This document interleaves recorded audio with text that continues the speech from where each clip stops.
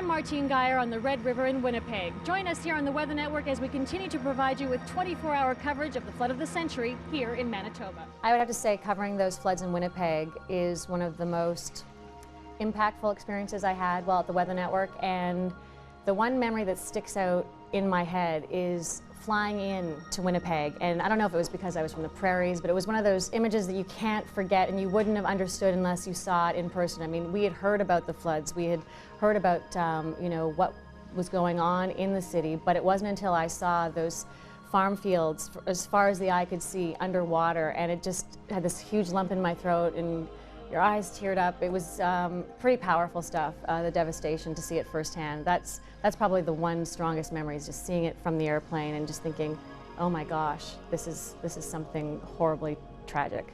But it was unbelievable to see water everywhere. Water. And houses underwater with just the little tippy top of the roof sticking out. Tragic. I'll never forget when Andy Poplowski, our news director at the time, asked me to go to Manitoba and cover what would become the flood of the century.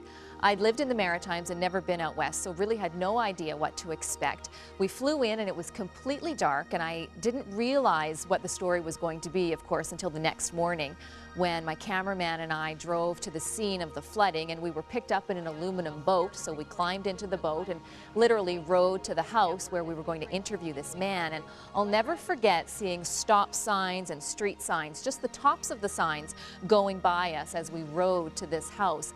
Literally, the water was that high.